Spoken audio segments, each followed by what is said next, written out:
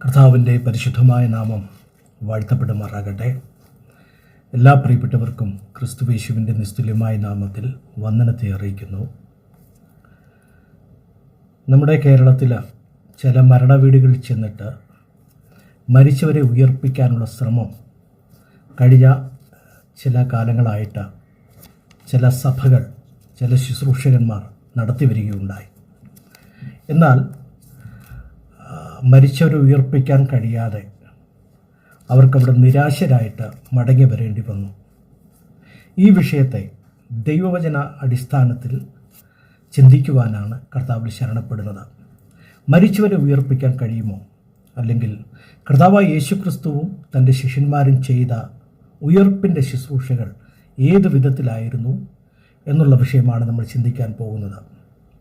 ഒരു മരണം വീട്ടിൽ ചെന്നിട്ട് മരിച്ച വ്യക്തിക്ക് വേണ്ടി പ്രാർത്ഥിക്കുകയും ഉയർക്കുവാൻ വേണ്ടി പ്രാർത്ഥിക്കുകയും അങ്ങനെ കൽപ്പിക്കുകയും ചെയ്തിട്ട് ആ വ്യക്തിയെ ഉയർപ്പിക്കാൻ കഴിയാതെ നിരാശരായി മടങ്ങുന്ന, നിന്ദയായിട്ട് മടങ്ങുന്ന ചില സംഭവങ്ങളാണ് ഉണ്ടായത്. ആ വിഷയത്തിൽ എനിക്കും മനസ്സിൽ ഒത്തിരി ഭാരമുണ്ടായി. കാരണം ഈ ന്യൂ ജനറേഷൻ സഭാവിഭാഗത്തിൽപ്പെടുന്ന പല ശുശ്രൂഷകന്മാരും ചില കാലങ്ങളായിട്ട് ഈ മരിച്ചവരെ ഉയർപ്പിക്കുവാൻ വളരെയധികം ശ്രമിക്കുന്ന സാഹചര്യം ഉണ്ടായിട്ടുണ്ട്. അതിനെക്കുറിച്ച് അല്പമായിട്ട് ദൈവവചന അടിസ്ഥാനത്തിൽ ചിന്തിക്കുവാനാണ് കർത്താവിൽ ശരണപ്പെടുന്നത്. യേശു ഉയർപ്പിച്ച 3 സംഭവങ്ങൾ പ്രാരംഭമായിട്ട് നമ്മൾ ചിന്തിക്കാൻ പോവുകയാണ്. യോഹന്നാന്റെ സുവിശേഷം 11-ാം അധ്യായത്തിൽ ലാസറിനെ കർത്താവായ യേശു ക്രിസ്തു ഉയർപ്പിക്കുന്നു.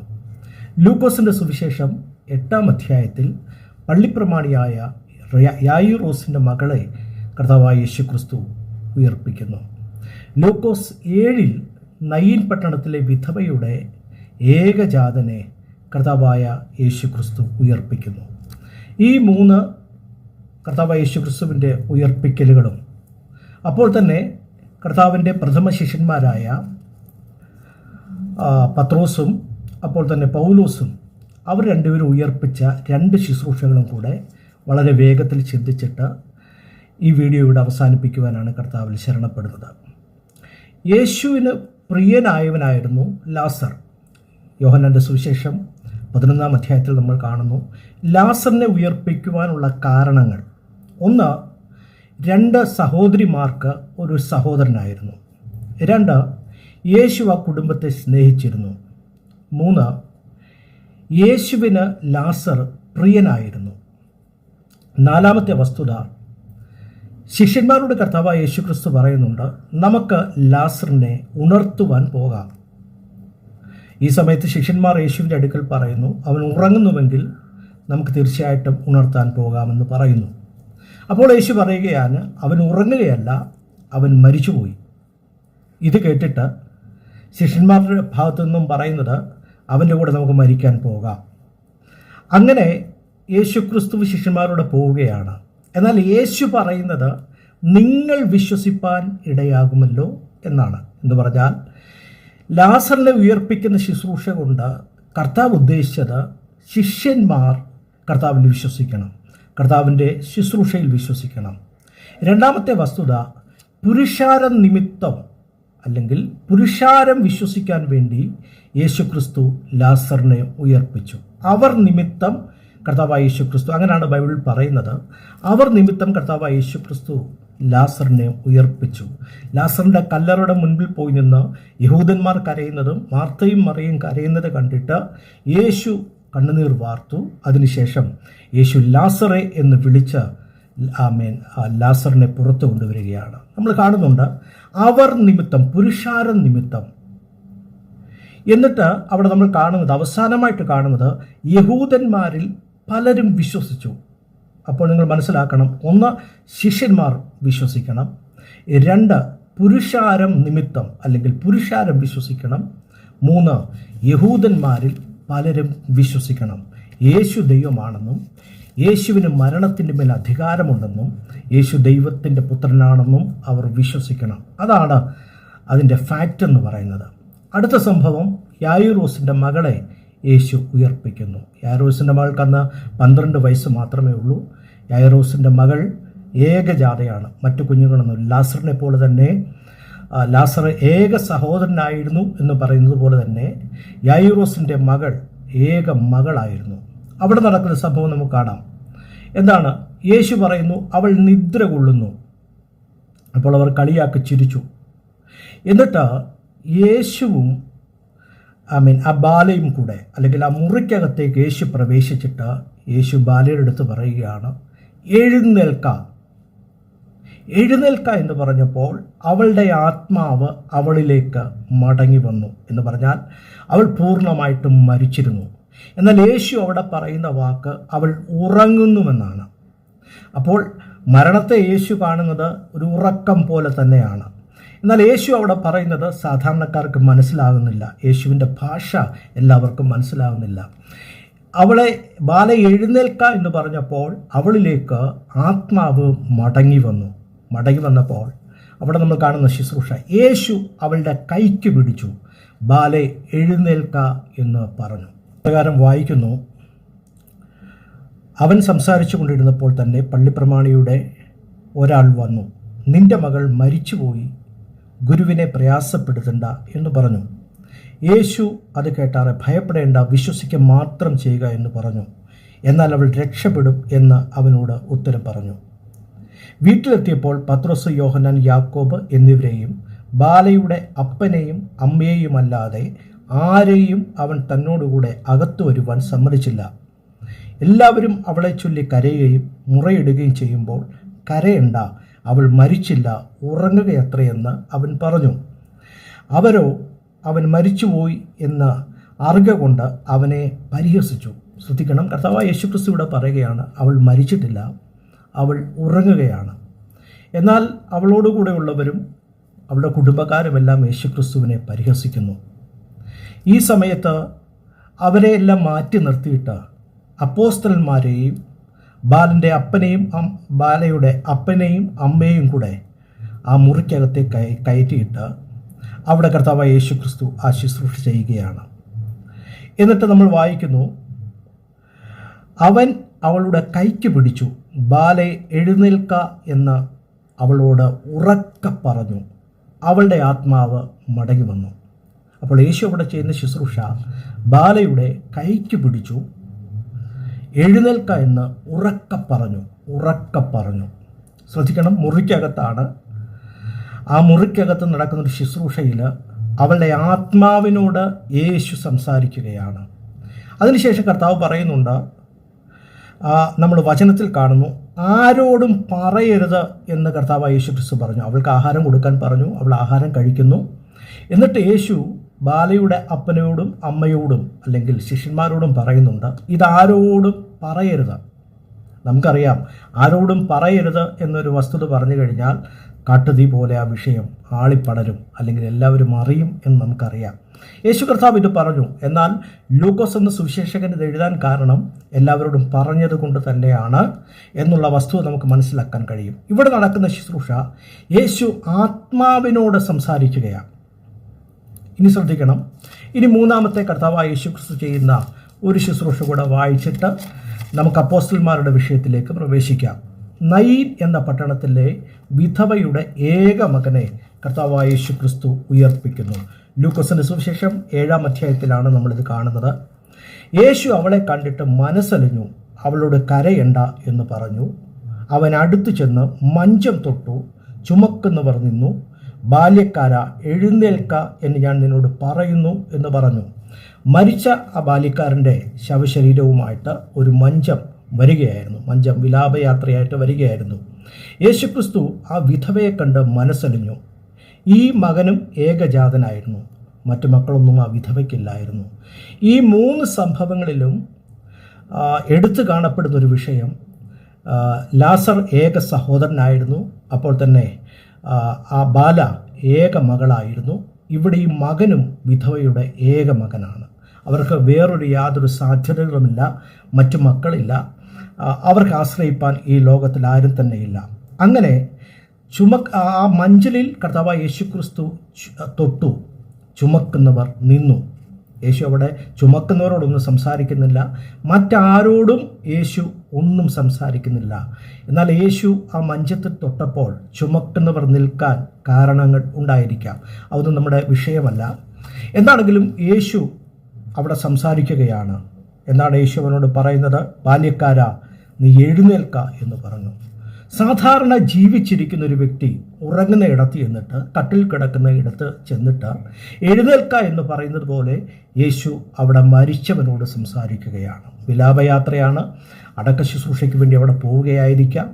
എന്താണെങ്കിലും കർത്താവ് അവിടെ സംസാരിക്കുന്നത് ജീവനോടെ ഇരിക്കുന്നൊരു വ്യക്തിയെ പോലെയാണ്. ഇനി നമുക്ക് മടങ്ങി വരാം. നമുക്ക് അപ്പോസ്തലന്മാർ ചെയ്ത 2 ശുശ്രൂഷകൾ പ്രധാനമായിട്ടും നമുക്ക് വായിക്കാം. അതിനകത്ത് നമ്മൾ ചിന്തിക്കാൻ പോകുന്നത് അപ്പോസ്തല പ്രവൃത്തി 9-ാം അധ്യായത്തിൽ നമ്മൾ കാണുന്നു തബീഥയെ കർത്താവായ യേശു ക്രിസ്തു.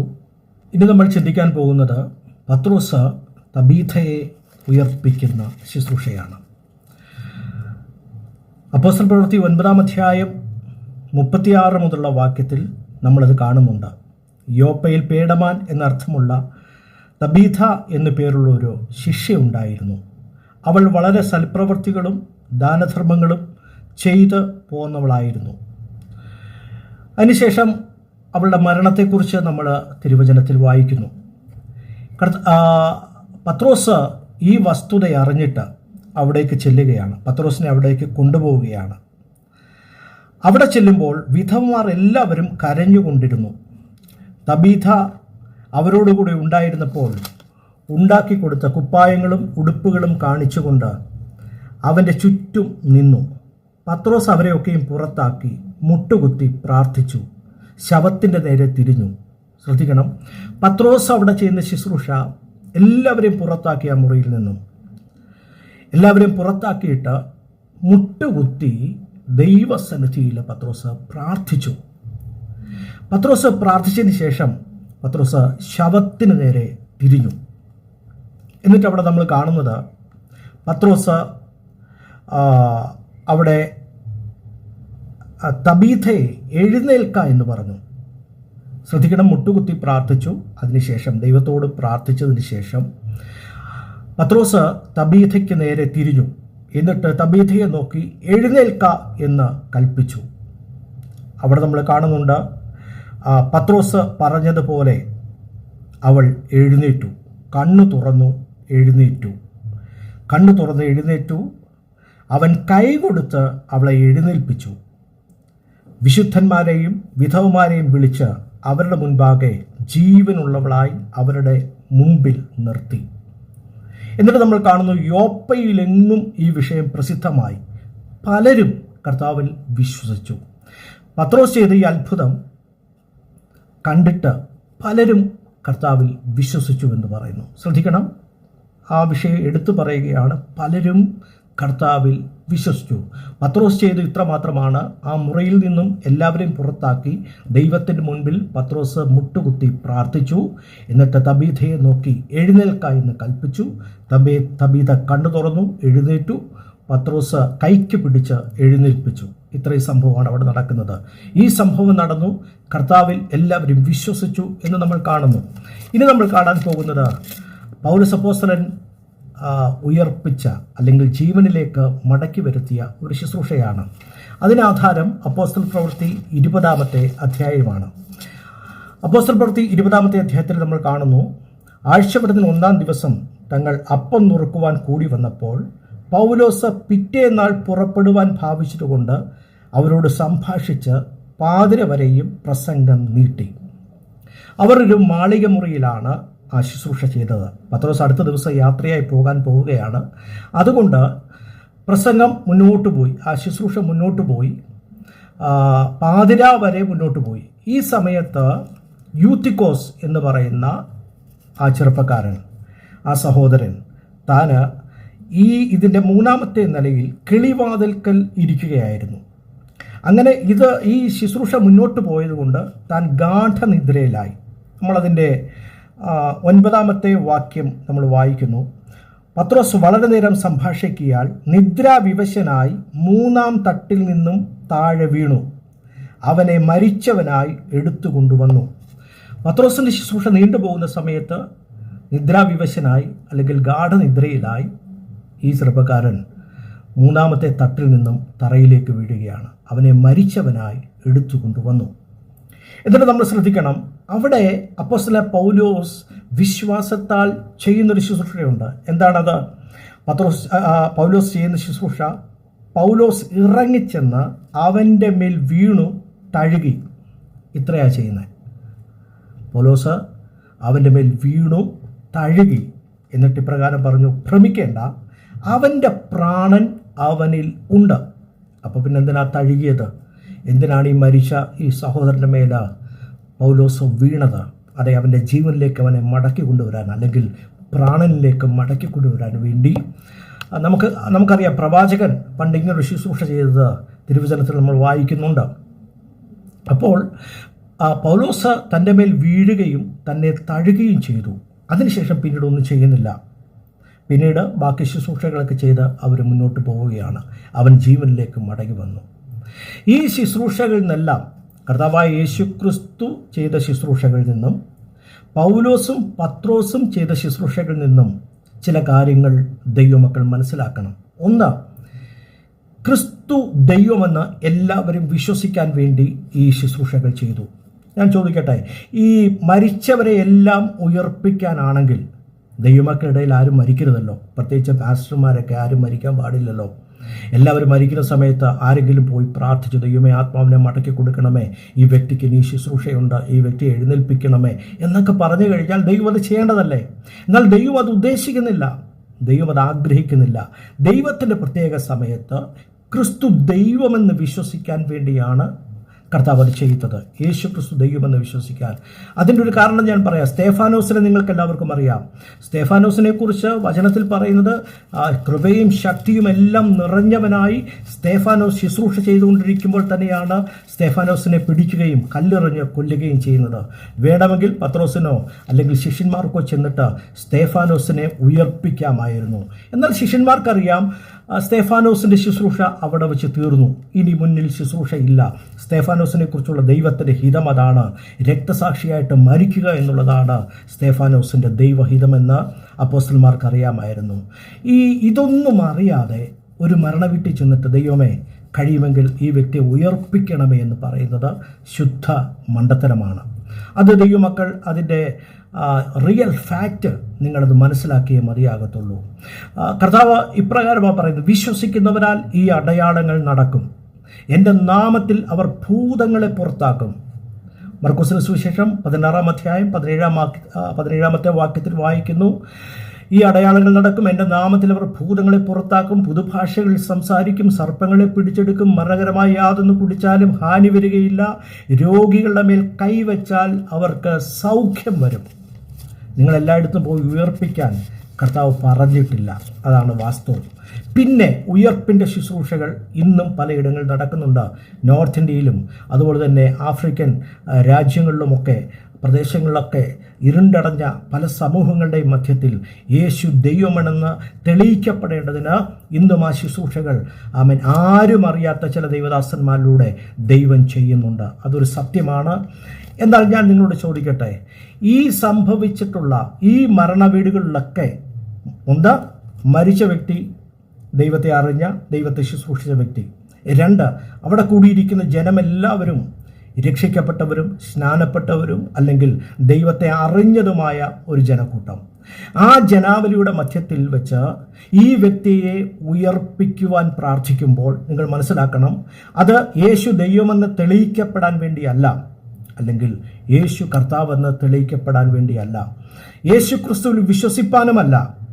പിന്നെ എന്താണെന്ന് ചോദിച്ചാൽ, ഈ ശുശ്രൂഷകനിൽ ജനം വിശ്വസിക്കണം, അല്ലെങ്കിൽ ദൈവത്തിൻ്റെ മഹത്വം ഈ ശുശ്രൂഷിക്കുന്ന വ്യക്തി ഏറ്റെടുത്തിട്ട് എന്നെക്കൊണ്ട് ഇത് കഴിയുമെന്ന് വരുത്തി തീർക്കാനാണ് കഴിഞ്ഞ ചില സംഭവങ്ങളിൽ കേരളത്തിൽ നടന്ന ചില മരണവീടുകളിൽ നമ്മൾ കണ്ട കാഴ്ച. അവിടെ വെച്ച് അവർ സ്ഥാപിക്കാൻ ശ്രമിച്ചത് എന്നെക്കൊണ്ട് മരിക്കുന്നവരെ ഉയർപ്പിക്കാൻ സാധിക്കുമെന്നുള്ള വസ്തുതയായിരുന്നു. ശ്രദ്ധിക്കണം, അതിൻ്റെ ഒന്നാമത്തെ പോയിന്റ്, ഈ ബൈബിളിൽ പറയുന്ന ഉയർപ്പിൻ്റെ ശുശ്രൂഷകളെല്ലാം ചെയ്തത് ഒന്നാമതായിട്ട് കർത്താവിൽ വിശ്വസിപ്പാൻ, രണ്ടാമതായിട്ട് യഹൂദന്മാർ വിശ്വസിപ്പാൻ, മൂന്നാമതായിട്ട് പറഞ്ഞു കഴിഞ്ഞാൽ ശിഷ്യന്മാർ വിശ്വസിപ്പാൻ. അപ്പോൾ തന്നെ നമുക്ക് മനസ്സിലാക്കുവാൻ കഴിയും, യേശു ദൈവമായതുകൊണ്ടും യേശുവിന് മരണത്തിൻ്റെ മേലും ജീവൻ്റെ മേലും അധികാരമുള്ളതുകൊണ്ടും യേശു ദൈവം ആയതുകൊണ്ട് യേശു അതിൻ്റെ മേൽ മരണത്തിൻ്റെ മേൽ ജയമെടുത്തു. അതാണ് നമ്മൾ മനസ്സിലാക്കേണ്ടത്. അല്ലാതെ ഈ കൂടിയിരിക്കുന്നവരോടെല്ലാം കൂടെ കൂടി നിങ്ങൾ ആത്മാവിൽ അന്യഭാഷയിൽ ആരാധിച്ചിട്ട് നമുക്ക് കൈയടിച്ച് പ്രാർത്ഥിച്ച് ഈ മരിച്ചവരെ എഴുന്നേൽപ്പിക്കാമെന്ന് പറയുന്നത് തെറ്റാണ്. കാരണം ആ ശുശ്രൂഷയുടെ എല്ലാം ഇനിഷ്യേറ്റീവ് പത്രോസ് അല്ലെങ്കിൽ പൗലോസ്, നമ്മുടെ കർത്താവ് യേശു ക്രിസ്തു, അവരാണ് അതിൻ്റെ പൂർണ്ണ ഉത്തരവാദിത്വം ഏറ്റെടുത്തത്. അല്ലാതെ നിങ്ങൾ പ്രാർത്ഥിക്കാത്തതുകൊണ്ട് നടന്നില്ല, അല്ലെങ്കിൽ നിങ്ങൾ വിശ്വസിക്കാത്തതുകൊണ്ട് നടന്നില്ല എന്നൊന്നും അവർ പറയുന്നില്ല. കർത്താവ് ആ ശുശ്രൂഷയുടെ പൂർണ്ണ ഉത്തരവാദിത്വം ഏറ്റെടുക്കുക. അതുപോലെ തന്നെ പൗലോസ് ആണെങ്കിലും പത്രോസ് ആണെങ്കിലും ഈ ശുശ്രൂഷകൾ ചെയ്യുമ്പോൾ അവരതിൻ്റെ പൂർണ്ണ ഉത്തരവാദിത്വം ഏറ്റെടുക്കുക.